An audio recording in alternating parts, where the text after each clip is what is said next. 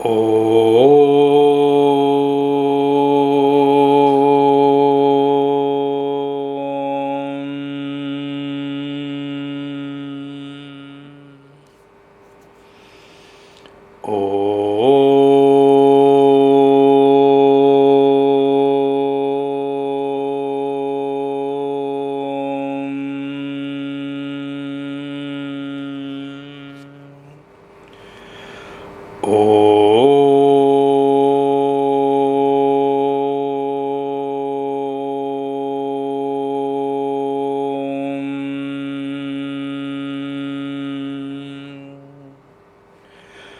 Om Shri Ganeshaya Namaha. Om Shri Saraswatyai Namaha. Om Shri Gurubhyo Namaha. Satchidanandarupaya Vishvotpatyadihetave Tapatraya Vinashaya Shri Krishnaya Vayam Numaha. Shri Krishnaya Vayam Numaha. Vasudeva Sutam Devam Kamsachanuramardanam Devaki Paramanandam Krishnam Vande Jagadgurum Krishnam Vande Jagadgurum Mukam Karoti Vachalam Panghum Langhayate Girim Yatkripa Tamaham Vande Paramanandamadhavam Paramanandamadhavam. Om Vang Me Manasi Pratisthita Mano Me Vachi Pratishthitam Aviravirma Edhi Vedasya Ma'anisthaha Shrutam Me Ma Prahasihi Anena Dhitena Ahoratran Sandadhami Rudam Vadishyami Satyam Vadishyami Tanmam Avatu Tadvaktaram Avatu Avatu Mam Avatu Vaktaram Avatu Vaktaram. Om Shanti Shanti Shanti. Sadashiva Samarambham Shankaracharya Madhyamam Asmadacharya Paryantam Vande Guru Paramparam. Shruti Smriti Purananam Alayam Karunalayam Namami Bhagavad Pada Shankaram Loka Shankaram Shankaram Shankaracharyam Keshavam Badarayanam Sutra Bhashya Kritau Vande Bhagavantau Punah Punah Ishvaro Gururatmeti Murti Bheda Vibhagine Vyomavad Vyapta Dehaya Dakshinamurtaye Namaha. Shri Dakshinamurtaye Namaha. Shri Krishna Govind Hare Murare He Nath Narayan Vasudeva Jihve Pibasvamrutameta Govinda Damodara Madhaveti. He Krishna He Yadava He Sakheti. He Krishna He Yadava He Sakheti. He Krishna He Yadava He Sakheti.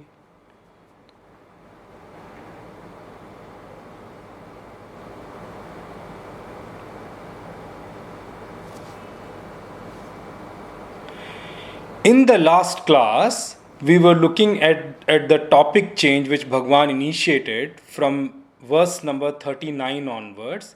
And we had briefly, we have taken 39 as a verse, completed the 39 verse, and we have taken briefly the verse number 40. So, as I mentioned in the 39th and 40th verse, I'll read both the verse together first before we move on. एषा ते विहिता सांख्ये बुद्धिर्योगे त्विमां शृणु बुद्ध्या युक्तो यया पार्थ कर्मबन्धं प्रहास्यसि नेहाभिक्रमनाशोऽस्ति प्रत्यवायो न विद्यते स्वल्पमप्यस्य धर्मस्य त्रायते महतो भयात्. So we saw from verse 39 onwards, Bhagwan did a topic change, and Bhagwan very briefly told Arjun that Arjun, from 11 to 38, I have covered one topic, and he used the word Sankhya there, and we saw different meanings of the word Sankhya, but briefly it means that I have already given you Brahma Vidya from 11 onwards up to 38. I have spoken about the real nature of the self, the supreme consciousness, and Samyak Khyayate, which is the Sankhya word, also means I have explained you well in that or that topic in great elaborate way. Now we need to understand one thing, and he says that now I am going to shift the topic into a new one. I am going to teach you about or Buddhi Yoga or Karma Yoga. I am going to give you Yoga Buddhi. Yoga Buddhi means Karma Yoga Buddhi. Now I am going to talk to you about the topic called Karma Yoga, and I'm going to provide you the knowledge about that Karma Yoga from now on.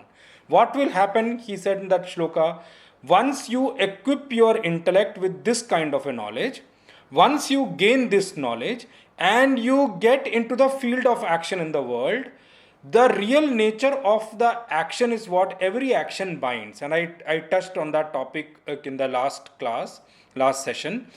Every action actually has this nature that it binds. He says, if you equip your intellect with this kind of a knowledge, and you using this knowledge get into the field of action, into the world to transact, trust me Arjun, none of your actions are ever going to bind you at all. That's the thing we need to see from that shloka, from that verse. Now, one more point I want to highlight there before I move on to the 40th verse where we left in the last session. The thing we need to remember is that ultimate truth, ultimate reality is the knowledge about the self. We all have to achieve there. We all have to reach there. That is the one thing which is going to free us from this cycle of birth and death. To reach there, now he has to show us the way also. Now the way you need to understand that shloka is also that Arjun, the ultimate knowledge is the knowledge of the self, which I have already given you. I have expounded that in great length from verse 11 onwards, explaining through different aspects, and I have explained it till 38. In 38, I have already showed you the art of action, the attitude of action. Now from here, I am going to show you Karma Yoga, the actual science of action. What is that science of action? What is Karma Yoga going to do? The final goal is the self-knowledge. The final achievement of every jiva is definitely knowing about the self and realizing the self. That is the ultimate goal of anyone. Whether we all achieve it in this life, whether we achieve it in the next life, whether we achieve it in many lives together, that's besides the point. But the thing is, ultimate goal for everyone is that. And we can reach there only by knowing and realizing the self. That's where we will cut the whole cycle of birth and death. But the thing what Bhagwan is highlighting from this verse is that Arjun, even though the ultimate goal is the self-knowledge, but the route, but the way to get to that knowledge, but the actual methodology to reach that knowledge, the upaya, the trick, the solution, the way to reach that knowledge is what? Karma Yoga. That is what Bhagwan is highlighting from here. Everybody's goal is self-knowledge, achieving the self, that's the final goal. But the route for reaching there, but the way of going to that solution, the methodology to reach there, the process to reach there is that every one of us has to go through Karma Yoga. Karma Yoga is going to equip our intellect to grasp that self-knowledge. As I was taking through all the verses from 11 onwards, and we were discussing in the class also, we saw many times people coming up with the point that it's very difficult to grasp, it is very difficult to understand. Definitely yes, it's the ultimate truth. It is not easy to understand because we all have turned our vision, our actually outlook towards the world. That's why the self has got to a back burner for us. It's standing, we have actually, our back is facing the self and our front is facing the world. So we are not able to actually see the self, we are not able to realize the self at all.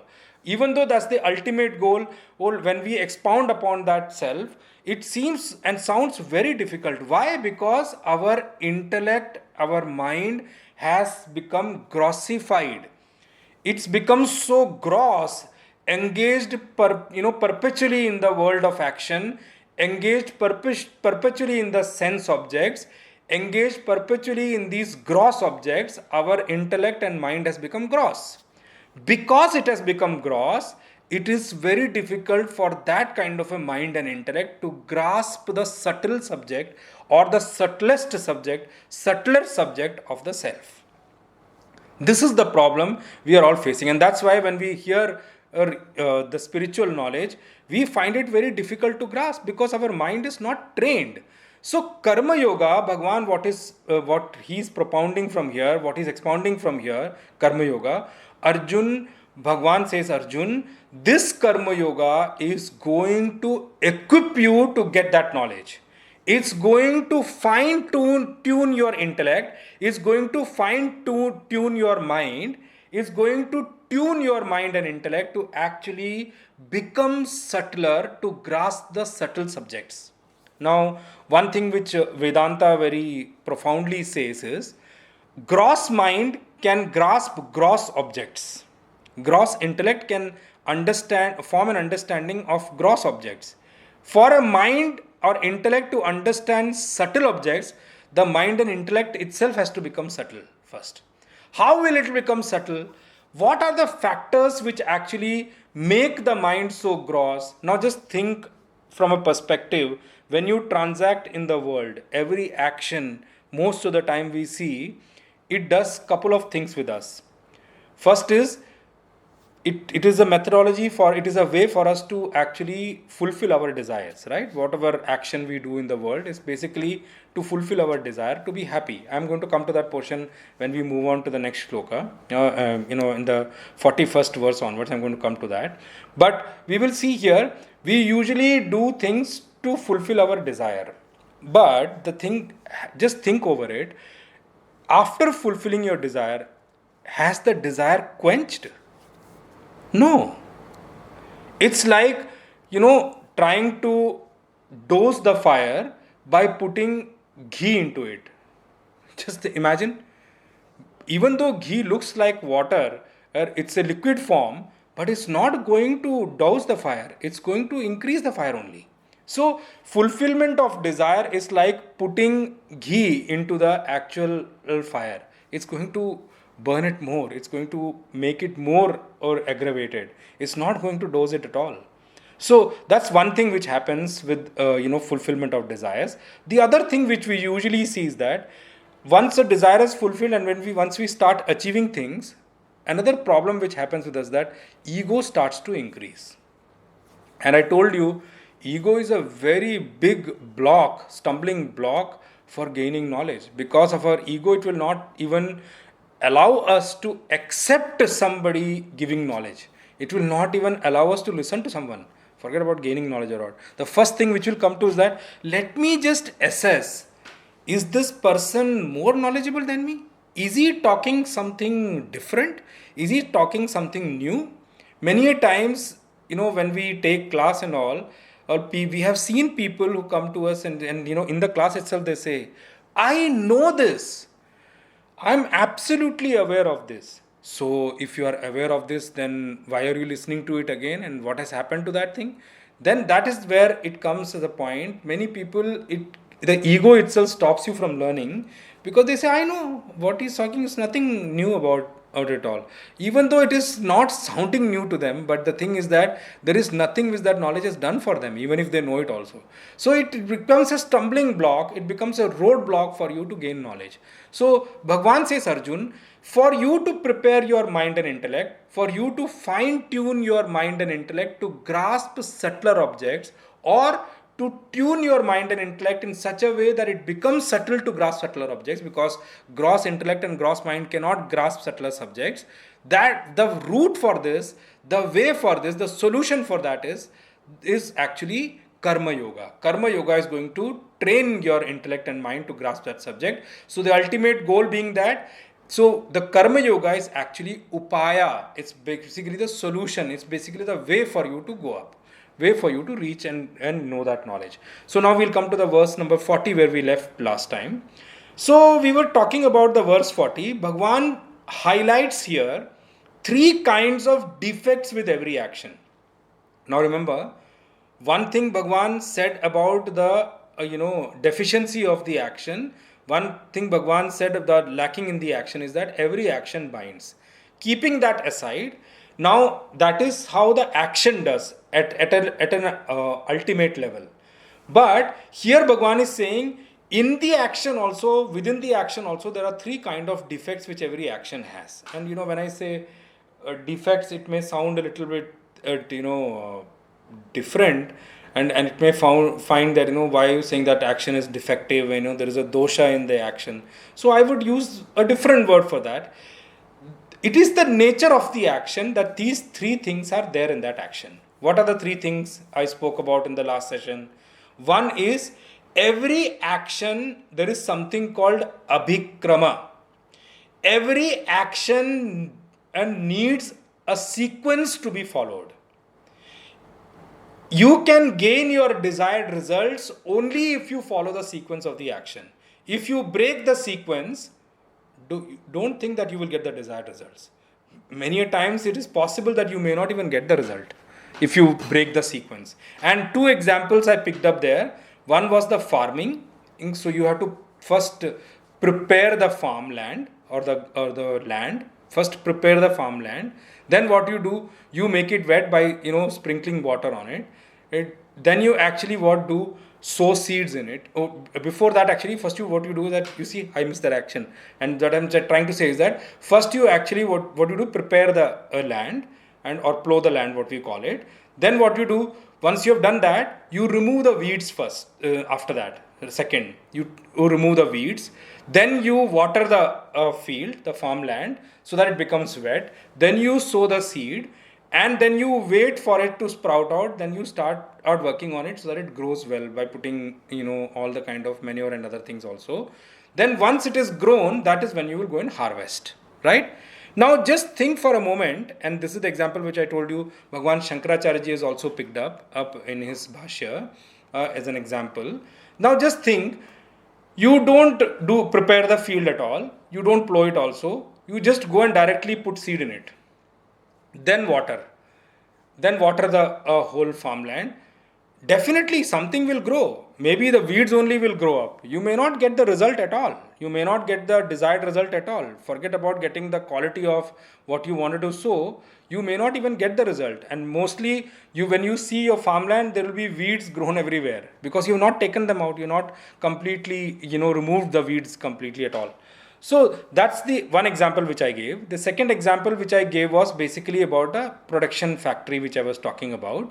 And the example I gave was car production line. When you see a car production line, everything there is a sequence. First the frame will come, then the frame will be painted, then you will have it move on, then engine and other parts will be fixed, then the dashboard will be fixed, then the steering will be done, then it will move on. Then bonnet and door and other things will be fitted, and once that is done, then painting will be done. Once the painting is done, then the windshield and windscreens and other things will be put up. That's the sequence which it follows. If we break the sequence, we may not get the result, and that's there for every action. You just think. I'm just giving you examples to think of. I'm not elaborating it here. Just even think cooking. Even if you see cooking also, you can't think that you will break the sequence and you will get the desired result out of the cooking. It is not possible. So every action requires it to be followed in a particular sequence. That's the requirement of an action. That's a defect that once you break the sequence, the desired results may not come. Now the next one Bhagwan says is, and he says, the word we need to remember here is iha means in this karma yoga, in this yoga buddhi which I am giving you of the karma yoga, the knowledge I am giving you, Arjun, in this karma yoga, remember this abhikrama nashah na asti. There is no, you don't have to follow, even if you miss the sequence also, you do not, or worry about the thing at all. It's not going to hamper your or performance at all. Even, but provided you have the yoga buddhi in there, the karma yoga buddhi there. The second thing, second defect he speaks about is that, Arjun, pratyavaya na vidyate. Now, pratyavaya, I explained you already in the last session also. Akarane pratyavaya. This is how the word is coined in Sanskrit. Akarane means that at which happens when you do not do something, when you do not end up doing an action. So that is called pratyavaya. Or the way pratyavaya need to be seen is that if you miss certain thing, what happens is actually called pratyavaya. So when you do not or do your bit of the work, the whole work will get suffered, and you be prepared for the result to come in the same way that it's not going to come the correct way at all. So that is what is called pratyavaya. Pratyavaya is there, Arjun. If you do not end up doing it, then there is a dosha which comes, pratyavaya. Now pratyavaya can also be explained in one more way. One, abhikrama means the sequence of the chain of events which follows in the whole action, the sequence of events in the action. Pratyavaya also means action also requires you to do it in a desired format. If you do this way, it will come. Like I'm giving you an example. In the olden times, when you say yaga and yajna, when the yaga and yajna used to be there, if you do the yaga and yajna in a prescribed manner, you will get the result. But if you do a mistake in the whole way of doing it, rather than getting blessing, you may get curse also. That is the thing with karma kand. Karma kand has got this requirement that if you do it only in the prescribed manner, or if you do it only in the way the scripture tells you, only in the way dharma tells you, only in the way your professional work tells you, you can only act within that boundary of how that action has been told. Sequence is one thing, and the way of doing it is another thing. Okay, so first you have to remember that you cannot miss any sequence of action at all. The second thing is that not about the sequence only, you have to do it in the required format only. You can't think that I'll do according to my whims and fancies and the nothing will happen. No, it's not like that. It has to be done in a specified format. That's the second defect which action has got. If you do not end up doing in the correct format, rather than the action becoming a blessing for you and giving you desired result, it can become punishing for you, and it can lead you to some wrong things also. So that is another problem with action. There is a defect with action. That's the nature of the action. Now, I would not use exactly defects that much, but it's like the nature of the action. The third thing Bhagwan points out here is that, and I told you, action has got another thing, that every action demands a quota of effort. And the example I gave you there was, a person assigns, hires some people to dig a well. They go and start digging the well. At 5 feet, they come back and say that, at 3-4 feet, they come back and say that, I dig, but no water came. So the first question the person who assigned this job will ask them, how much did you dig? I dug maybe 3-4 feet. Do you think 3-4 feet is enough? Go and dig more. Water will come. So every action, every job demands a quota of effort. We can't say that, I tried my best, it didn't happen. No. Whatever job requires, whatever action, whatever quota is required by a particular action, you have to do it to get the desired result. If you don't do it, you may not get the result at all. You may not get the desired, forget about the desired result, you may not even get the result only if you do not do the amount of effort required in that particular work. And the biggest thing you need to remember is that less effort, you can't come back and say that, only my capability is this much, I can't do it, but I need the result. No, it is not going to happen. Because if the action requires certain amount or quota of effort, only once that quota of effort is fulfilled, then only that action will start giving you result. And remember, this quota is defined by every work. Every work, you look at any work in this world, you will see that every work has got its defined quota of effort. Once you do that, then only you will get the desired result.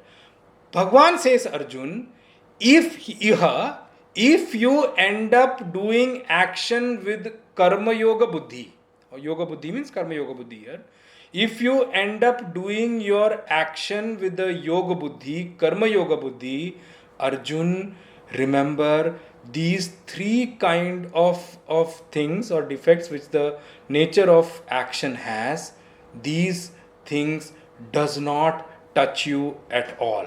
He says, Swalpam api asya dharmasya, and we have to attach one word here. Even if you do this a little bit, Swalpam api asya dharmasya anushtanam, even if you are able to do this little bit also with whatever you can do, but remember you have to have a yoga buddhi there, karma yoga buddhi, trayate mahato bhayat, Arjun, it relieves you, it helps you cross over the big fears which are there in this world. What are the kind of fears we talk about in this world? I'm not sure if this action is going to give me result or not. I'm not sure if my capability was enough. I'm not sure did I put my 100%. These kind of fears will be there. I do not know how my senior who gave me this work will perceive this thing. I'm not sure if he will be happy with my work in totality. And remember, my job is at stake with the happiness of the person who gave me this work. My boss has to be happy, with that work. Bhagavan says, Arjun, in Karma Yoga, if you end up doing action with this buddhi of Karma Yoga, trust me, these three kind of defects of action does not touch you at all. Now, I'm saying Karma Yoga, and I told you, the only way of understanding Karma Yoga is that I am a servant of God. We have to see the word you need to remember, it's yoga. Yoga means yunjati. Yunjati means that which enjoins us with, that which joins us with. Joins with who? With the higher nature, with the self of ours, which is what explained in Sankhya. That is why I told you Sankhya is the ultimate goal. Sankhya means the knowledge about Brahman and realizing the actual truth, realizing our supreme consciousness is the ultimate goal. The route for or going there is actually Karma Yoga. The way of reaching there is Karma Yoga. Karma Yoga means what? It's actually making us understand that, bringing God into the picture, bringing the supreme consciousness into the picture, bringing Bhagwan into the picture, and what attitude I have towards Bhagwan, what attitude I will have towards God. The attitude I will have is, this is a God-given opportunity, God-sent opportunity, and the situation is also given by God, and even the capability of mine is also given by God. So these two things are very important in Karma Yoga. What? Every situation which comes in my life is given by God. He is the master. He knows what is good for me. He wants to train me, or he wants to keep me happy. That's his wish. But whatever situation is given, it comes into my life, whether difficult or easy, it's God-given. That's first thing, which is the foremost important thing in Karma Yoga. The second thing is that the capability which I have is also His given. He is given me the capability. Then the third thing which becomes important is that then my attitude of action should be what? My action should be only for the preeti of Bhagwan, only for the happiness of God. My only goal of doing the action is that my God should be happy. Like I'm giving you an example which Pujya Swami Subodhananji used to give very profoundly. He says, just take it back to your professional work environment. Okay? Now in the work environment, just think, the office space also belongs to the owner. The desk is also given to you by the owner. The laptop or the computer is also given to you by the owner. The work is also given to you by the owner. Every facility is given to you by the owner. So the work when we do should be for whose happiness? That my boss becomes happy. My senior becomes happy. I am able to contribute to the bottom line of the company. Of course, boss may be different from the owner of the company, but I'm just saying, ultimately my effort should be what? My effort should be such that we should help the company grow. My effort should be such that which contributes to the bottom line of the company. My effort should be such that my every action becomes profitable for the company. And what will be my reward? Definitely my salary is my reward of happiness of my owner or boss, whichever way you call it. And then what else is the reward? Whatever rewards I get in between that, I get like best employee, so and so, star of the month, or there are many things, many ways to reward or an employee. An employee can be rewarded by the boss. So every time your work starts giving result, please remember it will get noticed and you will start getting rewarded. In the same way, when you come back to karma yoga, there I'm talking to you about the professional environment. There, the professional environment, the boss and the owner becomes important. But when you come to karma yoga, what? Every action when I do, my eyesight should be on, my vision should be what? Is my God happy with me? Is he comfortable with my work? Is he pleased with my work? And then what is the reward you get like that? That you will start feeling a different kind of happiness in your heart, that I do not know how I did this work, but I feel very satisfied. That internal satisfaction is nothing but the happiness which God has got from your work. The preeti of God is what expresses as an happiness in your heart. Many times it is seen that even if results do not come the way we expected sometime, or may not be the best of it, but if God is happy with the work, you will have a different kind of happiness in your heart. People, all of them who work for or spiritual work, I just use this word at many forums. I've said that, who is my boss? My boss is the master of the universe, Lord Krishna, and my work is for what? My only reward is that my God should be happy. And how will that come to me? When people start getting impacted by what you do, when people start getting helped by what you do, they start, appreciating what you do. It's all what? It's the way God expresses his happiness with your work. One more thing I'll say here, that, increase in popularity is also a reward for work, by the way. That's very important to know. Every time a reward for work should not be measured in monetary terms. Monetary terms is one thing. It may come, it will come according to what, how people get impressed by your work or something. But the bigger part of the happiness of God, which expresses through people, is that more and more people start appreciating the work. More and more people start getting helped by the work. They feel that there is someone to help them. That kind of happiness which it comes is what comes from the work when we do for God. Karma Yoga, Bhagwan is teaching us through Karma Yoga.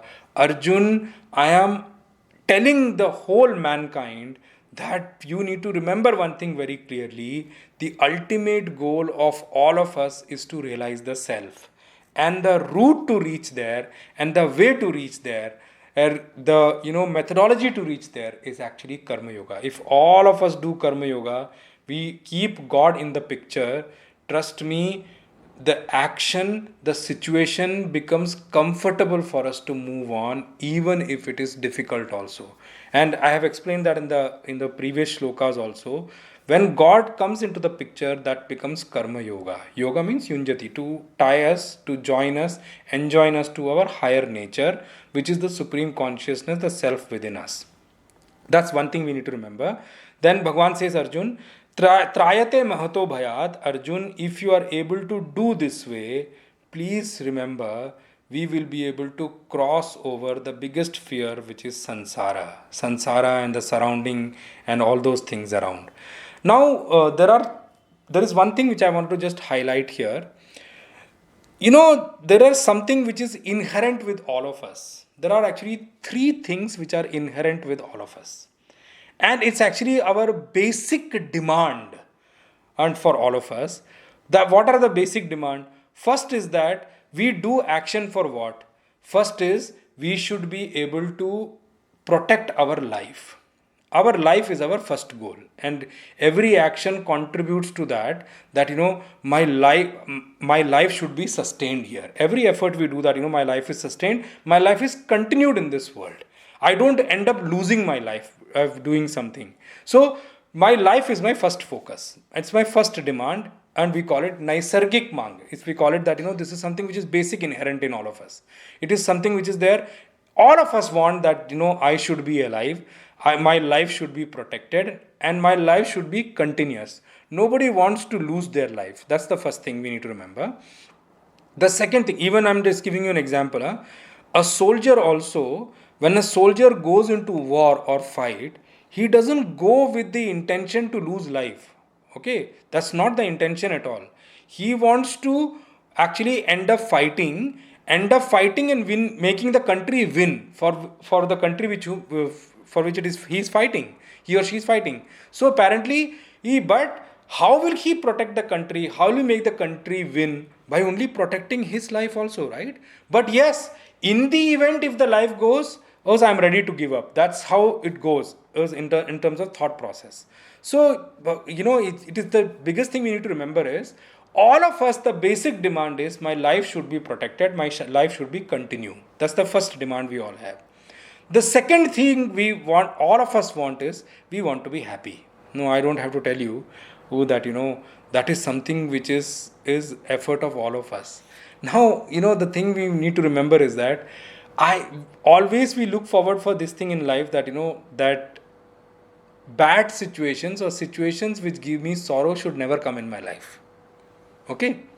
And I will always work towards or make effort towards making situations which are favorable for me work out, so that I derive happiness from it. So happiness is a basic demand of everyone.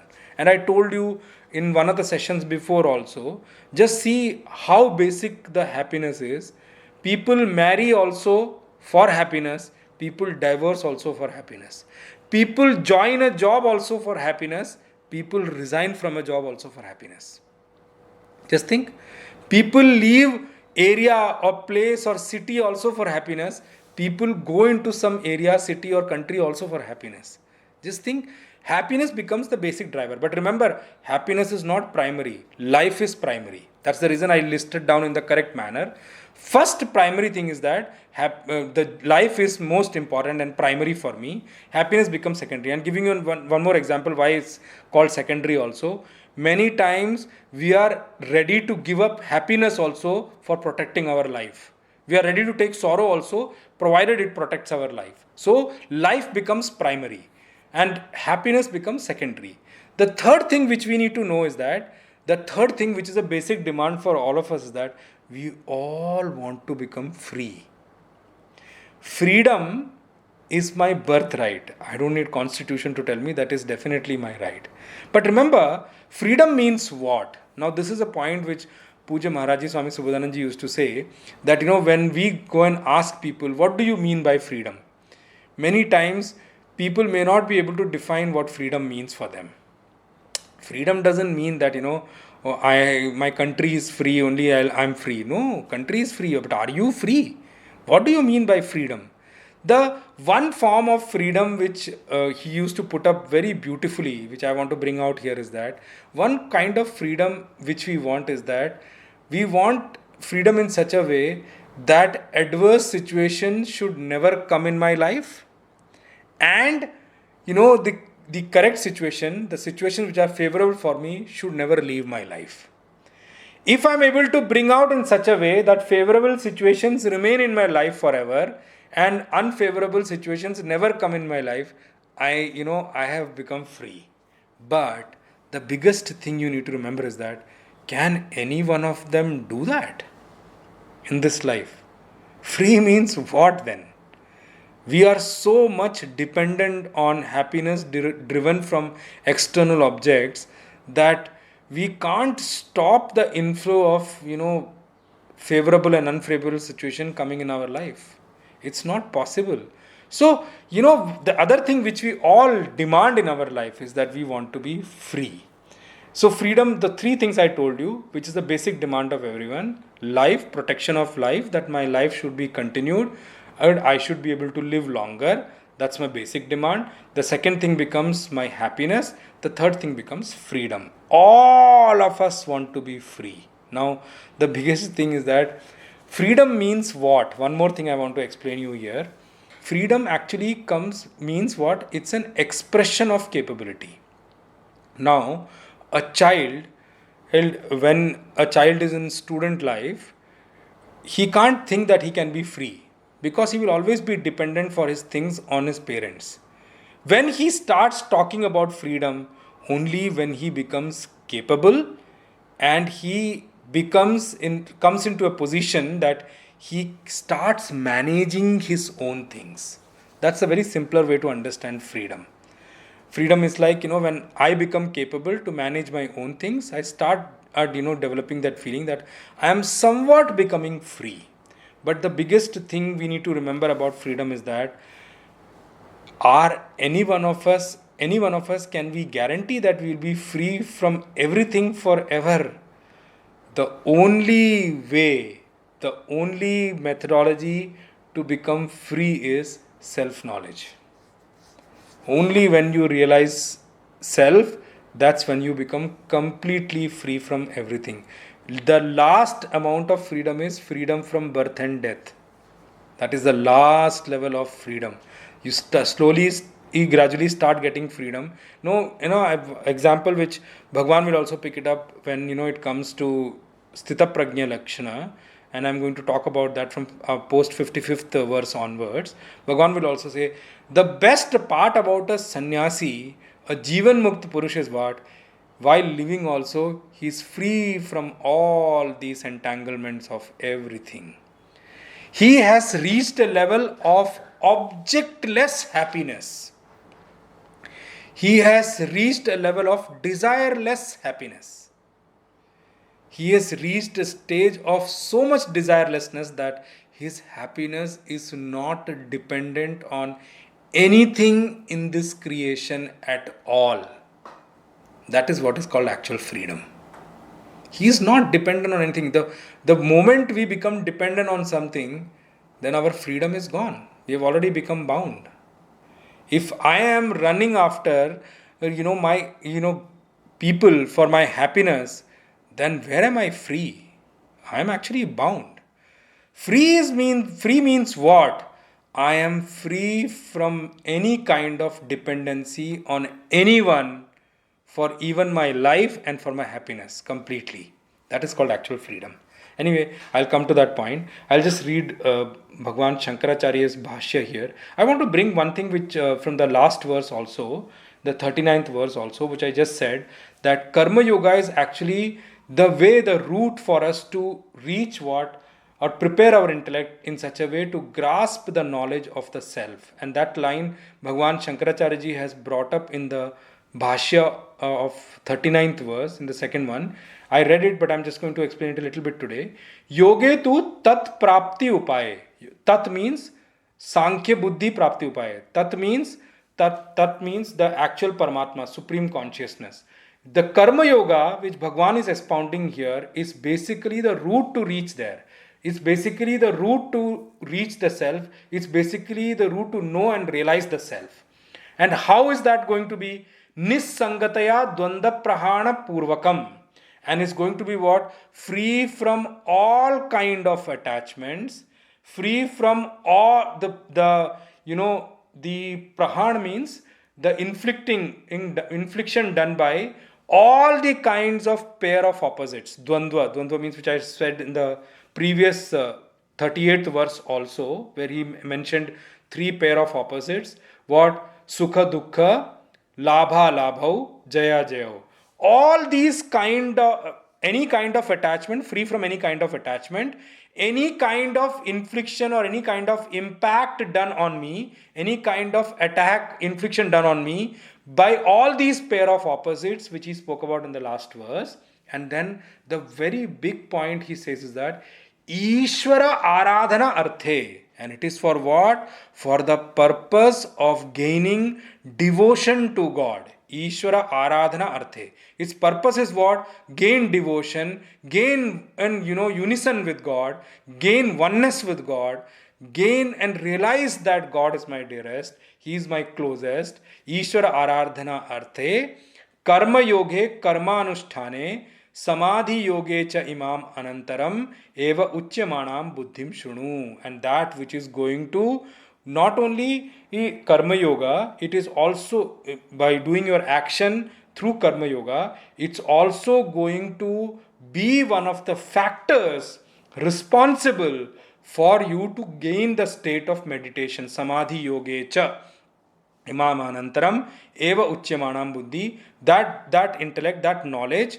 that buddhi which is going to help you with that. Now tvam shrunu. Arjun, you listen to it now. So now we'll read the, what you call that, the bhashya of verse 40. Bhagavan says, na iha moksha marge karma yoge abhikrama nashah. Arjun, in this path of karma yoga, these three kind of defects, the inherent nature of karma which gives you these three kind of defects, they are not there. Arjun, even if you are not able to follow the krama, even if you are not able to follow the sequence, even if you miss out on the actual process of work, or you miss out on certain action, certain parts of it, and if you are not able to put in the demanded quota of effort also, Arjun, still karma yoga will help you free from the fears of all kind of fears from this world, and it will also free you from the effects of these kind of defects which come up from the karma, from the action. So Arjun, in this karma yoga, abhikrama nashah nasti, there is nothing called abhikrama nasha. Even if you are able to not follow the sequence, you will gain in what is to be gained. You will get it, because God will come into the picture and bless you, and he'll see, and because of his compassion, he'll see that this man is devoted to me, so it doesn't matter what he has done, and he will bless us to move on with that, provided you have what? Yoga buddhi, the karma yoga buddhi. You have God in picture. Then God becomes one of the factor for you who to be helped in the whole karma. He will definitely be there to push you through the karma. He will definitely be there to help you fulfill all the gaps which are left out. So abhikrama nasha nasti, Arjun, even if you do not follow the sequence of the action, still your result will not get impacted at all. And you will not get the dosha, you will not spoil the whole karma phala there, and pratyavaya also is not there. And even if you do little bit of effort, swalpam api dharmasya asya dharmasya anushtanam, even if you are able to do with the best of your efforts, whatever you could do within your capability, Arjun, trust me, these kind of defects of the action are not going to give you adverse results at all. That's one thing which we all need to remember from this portion, and from this portion of the shloka, which is verse number 40. And Bhagavan says, Arjun, an abhikrama nasha not there, pratyavaya not there, swalpamapi dharmasya not there. Rather, I will come into the picture to help you increase your capability and get you up to there. But remember, when you should put this. Now, one more thing I want to highlight here with this shloka is that when will you have the karma buddhi? When you will have the karma yoga buddhi here? Now, there are three portions which can happen. Either you will have karma yoga buddhi when you enter into the action. Okay? But when you are busy into the action, probably you forgot it. You forgot God from the whole picture. You did the action. You remembered it after once the action is done. Doesn't matter. Even if you are able to do that. Now, let me give you another example. For example, when you started the action, you did not have the yoga buddhi. You suddenly remembered the yoga buddhi when the actions start to give you adverse kind of results. You suddenly remember God. Doesn't matter. You remember God, na? He has come into the picture. He will help you. So now the third example is that you did not remember before doing the action. You did not remember within the action also. Once at the end of the action, once you completed it, when you started looking back at the action, you said, oh, I forgot God in the whole picture. I used to remember him. It's enough. God says, keep me in the picture. Let me be the supreme power to help you. Let me be the supreme power to grace you with what you do. Let my power become one with yours, become one with your effort to help you and push you through the action. And trust me, this is very helpful. It's such a discount Bhagavan gives. Bhagavan says, Arjun, it is such a thing that, you keep me in the picture. But remember, it is not going to come just like that. First, we have to accept God, we have to start developing some devotion to God, then only these things starts coming in. And I'm going to come, whenever I come to the chapter 12, I'm going to talk about Bhakti Yoga. Bhagwan's role is very important. I want to highlight one thing here. If we as a jiva, we as a human, we as a soul, individual soul, think that we can achieve everything in life, resolve everything in our life on our own, we are highly mistaken. Highly mistaken. Why? This creation is so vast, so intense. There are so many people coming up with so many karmas and so many things. It's very difficult for us to manage everything from all aspects. I want to highlight one thing here. In Vishnu Sahasranama, towards the end of the Sahasranama Stotram, there is one portion which says about Bhagwan, Sarva Praharana Yudha. Bhagwan is what? He is like, he has got eyes everywhere. He is one who is all capable, almighty. He can help you with anything. He has got everything to tackle in this whole world. He has got solution for everything. We are such a limited intellect. How we can solve all the problems? There are many unforeseen problems also which come in life. One example I want to bring out here, and it's a real life event which happened many years before. It's a very freak event which happened somewhere in Gujarat. There was a girl who was probably gang raped and killed after the event, and there is another girl who saw those people and had testified, and those guys got caught. So this girl had got down at the same stop few minutes before or the girl who got killed, and she walked home. So when these guys got caught, they asked those guys, this girl also got down before that girl, but you guys did nothing to that girl at all. Is there any reason why you did not disturb her at all? So that those guys who got caught from this incident, they said that this girl got down few minutes before, but we saw this girl also, but she was not alone. So, very strange. Then they asked the girl, they say that you were not alone. So she said that, oh, I was definitely alone. But I remember my grandparents taught me some mantra of Bhagwan. When I saw that, the situation is not so good, and, I cannot tackle this, I suddenly started chanting Bhagwan's mantra and walked like that. And they said they saw somebody with her. This is called the power of Bhagwan. Bhagwan's, the moment you invoke the grace and blessing of Lord, He will make sure that His presence is felt by you somewhere around in some way or the other. And, if you just look at your life, you can see that as an example in your life itself. Just try to recollect incidents in your life. You will know this is a truth of life that, just invoke Him. By invoking Him itself, many problems starts getting resolved. But the problem is what? Accepting in Bhagwan and devoting to Bhagwan. That's a big problem. And one of the biggest stumbling block for that is that I don't believe in God. Then if you don't believe in God, I do not know what to tell you that how God, I would use the word what? God help you to come over all the situations. Then that's all I can say. That's the thing Bhagwan is trying to bring out with these verses here. Bhagwan says, Na iha moksha marge karma yoge abhikrama nasha abhikrama prarambha tasya nasha na asti yatha krishyade. He gives the example of farming here. Yoga vishaye prarambhasya na anaikantika phalatvam iti artha. He says, don't worry if you miss some portions of the work, you don't follow the sequence, it's not going to create a problem for you. If you have karma yoga, if you have God in mind, He will guide you through the things, and he will help you to cover through all the actions in a way that you can get the desired result also.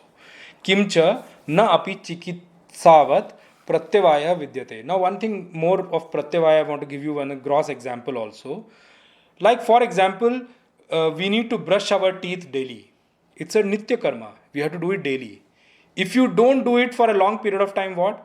problems in teeth starts arising. It starts getting decayed, it starts getting germs, and you start having toothache and all those kind of things. The same thing goes for nitya karma. Like if someone don't take shower at all, many days is not taken shower, it will start having its own problem. So nitya karma need to be done every day. The moment you break it, you start getting dosha. Dosha means what? Is the body starts to getting into problem. You are into a job, you suddenly decide not to go for the job. For many days you don't go.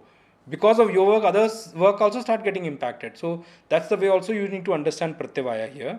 He says, Bhagwan Shankaracharya ji says, Kim tu bhavati swalpam api asya yoga dharmasya anushtitam trayate rakshati mahata samsara bhayat janma maranadi lakshanat. Even if you are able to do little bit with your best effort, keeping God in mind. Remember, your work is what? Your work is your devotion to God. Don't say that, I will remember God, I'll do a mediocre job. That's not what is meant here. You do your best. I told you the 3 things which you need to do. The situation is given, God sent. He has put me into this situation. So He wants me to grow, understand, and, take this situation the way it's given. It's a gift of Him to me. And the second thing what I need to understand is that the capability to go through this is also given by God. So it's nothing of mine. And you know what? My work is being done for what? My work is being done for Preeti of Bhagwan. That my Bhagwan, my God becomes happy. If we have these 3 things in mind, trust me, ego also will not rise. By the way, because I am not in the picture. God alone is in the picture. Situation is also given by Him. Capability is also given by Him. And, I'm doing also for His happiness. And His happiness is everything for me. Whatever monetary benefit, other benefits it comes, it doesn't matter at all. I'll give you a very small example here that, when I started the podcast, I had no intention. I never advertised the podcast at all. At all. It was only for the few people who come into the class, to give them as an advantage that they don't have to individually record the class, and it gives them as a platform to keep there, and plus it will be a repository of the thing. But trust me, without any advertisement, how many people have got joined to the podcast from where all in the world. I'm so surprised how God does His work. We don't even know. He has connected so many people. I don't know many of them, but they've got connected. Like we have almost 18,000 and people who are following podcast, and we have got 5 lakh plus listenings on the podcast. I do not know where it came from. It's such a blessing of God that you just decide to work for Him, He will find His own way to get it done. So that is what Karma Yoga is actually meaning. So now we'll get into the next shloka, where Bhagwan, in the next verse, Bhagwan says in the 41st verse, Vyavasayatmika buddhihi एकेह कुरु नंदन बहुशाखा ह्यनंताश्च बुद्धयो व्यवसायिनां व्यवसायात्मिका बुद्धिः एकेह कुरु नंदन बहुशाखा ह्यनंताश्च बुद्धयो व्यवसायिनां. भगवान says, Arjun, व्यवसायात्मिका बुद्धिः एक इह कुरु नंदन. Arjun, iha, this buddhi, vyavasayatmika means what? Nischay Swabhava is the way Bhagwan Shankaracharya ji has translated it in the Bhashya. Vyavasayatmika buddhi means a buddhi, an intellect which has got a firm conviction on Karma Yoga.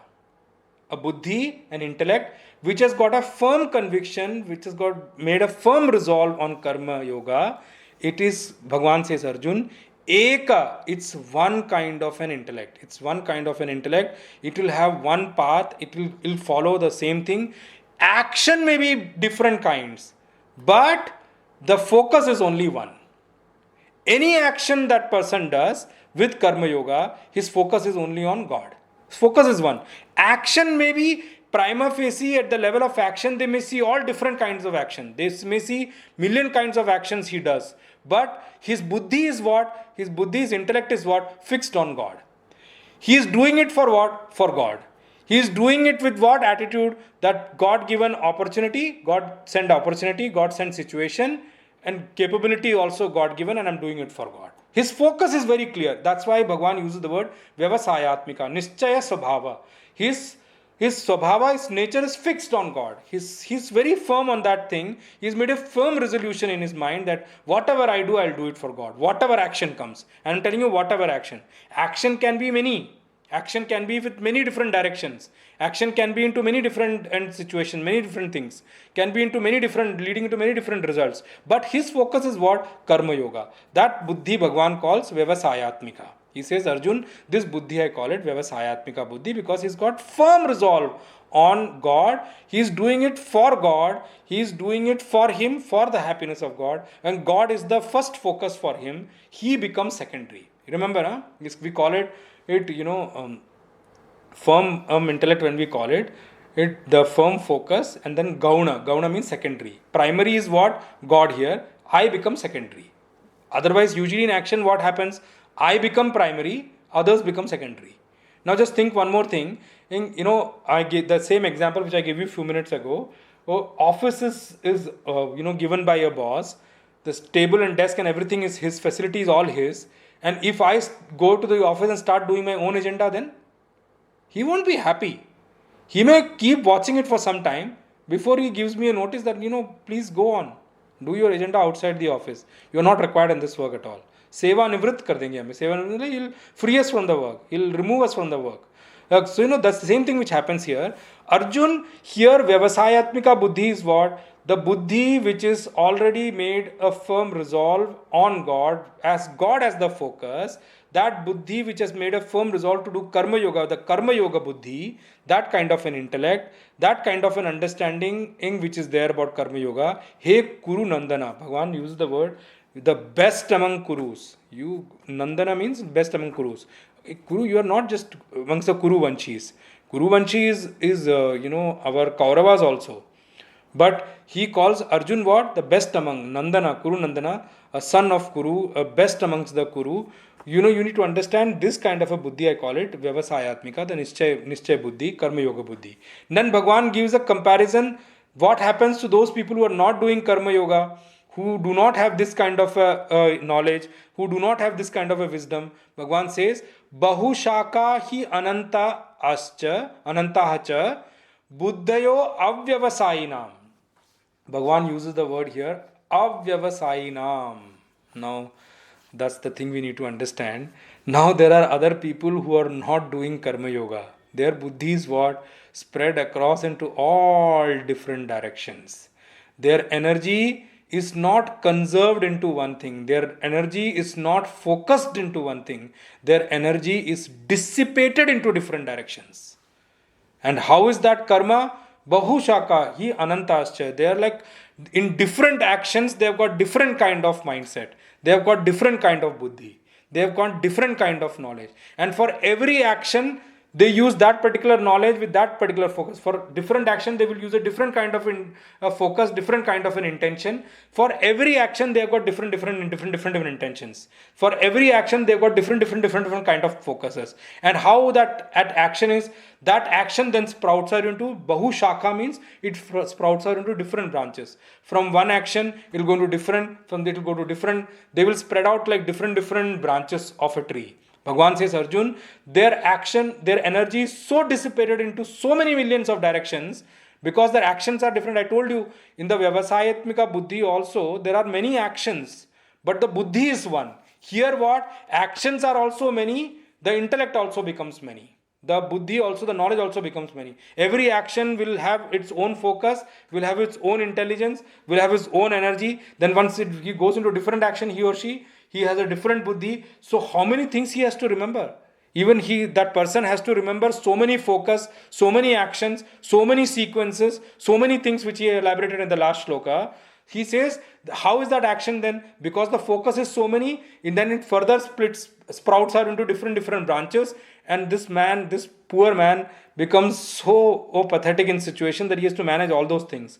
One, he keeps focus on one, the other starts to get impacted. Like I'm giving you an example, one small example I'm giving you from here, that a person too much focused on professional life, his family starts to get ignored, right? And so a person too much focused on family life, his profession starts to get ignored. He has to keep both the balance. How will he balance? Family, the focus is different. Profession, the focus is different. Now just think for 1 minute. If God becomes the center of the focus, I'm doing my profession also for God. I'm not taking care of my family also for God. You see, the focus becomes one. He doesn't have to dissipate his energy into different focuses, remembering so many things in mind, and it doesn't sprout out into different branches as also if his focus is one. God will take care. That's the beauty of bringing God into picture. One thing before I end this session, and you need to remember, in the Pushpika Vakya, because of the Sankhya Buddhi and Yoga Buddhi, it is said, Brahma Vidyayam Yoga Shastre. This whole Bhagavad Gita is what? Brahma Vidyayam. The focus and goal is what? To make us realize the self, know the self and realize the self. And the process and the way is what? Karma Yoga. Yoga Shastre. And the Shastra means the technique is what? Karma Yoga. That is what is in the coming from the Pushpika Vakya also. Rest we will see in the next class. कायेन वाचा मनसेन्द्रियैर्वा बुद्ध्यात्मना वा प्रकृते स्वभावात् करोमि यद्यत् सकलं परस्मै नारायणायेति समर्पयामि श्रीमन्नारायणायेति समर्पयामि ओम पूर्णमदः पूर्णमिदं पूर्णात् पूर्णमुदच्यते पूर्णस्य पूर्णमादाय पूर्णमेवावशिष्यते ओम शांति शांति शांति ही हरि ओम श्री गुरुभ्यो नमः हरि ओम ओम तत्सत्।